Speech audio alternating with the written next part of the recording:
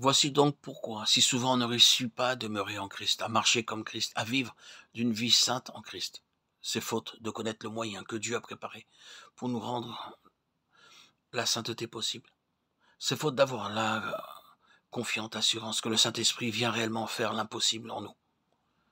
Cherchons à nous bien convaincre qu'après nous avoir donné un esprit nouveau, Dieu nous donne encore son esprit même pour habiter au-dedans de nous. Il est de la plus grande importance de bien distinguer ces deux opérations d'esprit. Par l'esprit nouveau qui m'est donné, je possède l'œuvre de Dieu en moi, par la présence de l'esprit de Dieu en moi. J'ai Dieu lui-même, personne vivante qui demeure en moi. Qu'il est différent pour moi de recevoir d'un ami riche une maison dans laquelle je reste pauvre et faible, ou bien de voir cet ami riche venir habiter lui-même avec moi et subvenir à tout ce dont j'ai besoin. L'Esprit nous est envoyé, et pour construire le temple et pour l'habiter ensuite, impossible d'habiter une maison avant qu'elle soit bâtie, quand le Saint-Esprit bâtit son temple.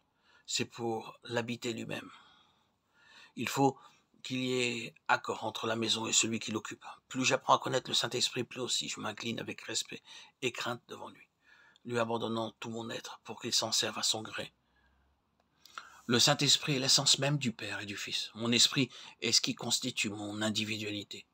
C'est lui que le Saint-Esprit vient renouveler pour en faire sa demeure et le remplir de sa présence. L'Esprit de Dieu devient ainsi pour moi ce qu'il était pour Jésus sur la terre, la vie même de mon individualité.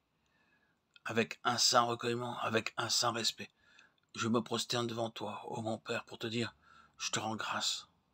Ton Saint-Esprit demeure en moi, au-dedans de moi-même.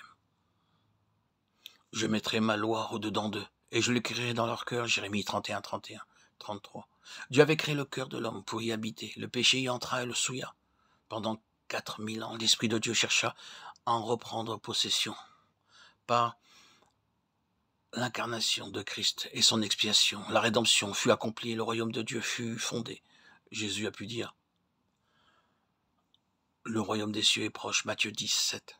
Le royaume de Dieu est à vous, Luc 6, 20. C'est au-dedans de nous que nous devons chercher l'accomplissement de la nouvelle alliance, qui ne consiste point en ordonnance, mais qui est la vie même. La loi et la crainte de Dieu doivent être à jamais gravées dans notre cœur, et l'esprit même de Christ doit être en nous, puissance de vie. Ce n'est pas seulement au calvaire ou à la résurrection ou sur le trône de Dieu que doit se voir la gloire du Christ vainqueur. C'est aussi dans notre cœur. C'est au-dedans de nous, oui, au-dedans de nous que se manifeste la véritable gloire de sa rédemption.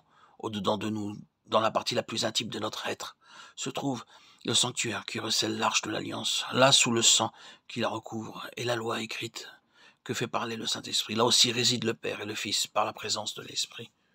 Oh mon Dieu, je te remercie de cette double grâce, je te remercie d'avoir édifié en moi un temple saint et merveilleux où tu veux habiter, de m'avoir donné un esprit nouveau. Je te remercie aussi de la présence encore plus merveilleuse de ton esprit divin que tu fais habiter en moi pour me révéler la présence du Père et du Fils. Oh mon Dieu, je te prie d'ouvrir mes yeux sur ce mystère de ton amour, que ces mots au-dedans de vous m'amènent à reconnaître avec crainte et tremblement ta condescendance pour moi et que tout mon désir soit de voir mon esprit devenir réellement la demeure de ton esprit, que ces mots élèvent à toi mes regards avec la sainte confiance qui saisit tout ce que comprend ta promesse. Oh mon Père, je te remercie de ce que ton esprit demeure en moi, que sa présence se manifeste avec puissance en moi, en me donnant une communion vivante avec toi, en me faisant éprouver toujours plus sa vertu vivifiante, en renouvelant sans cesse en moi l'onction qui témoigne de sa présence et de celle de mon Sauveur glorifié.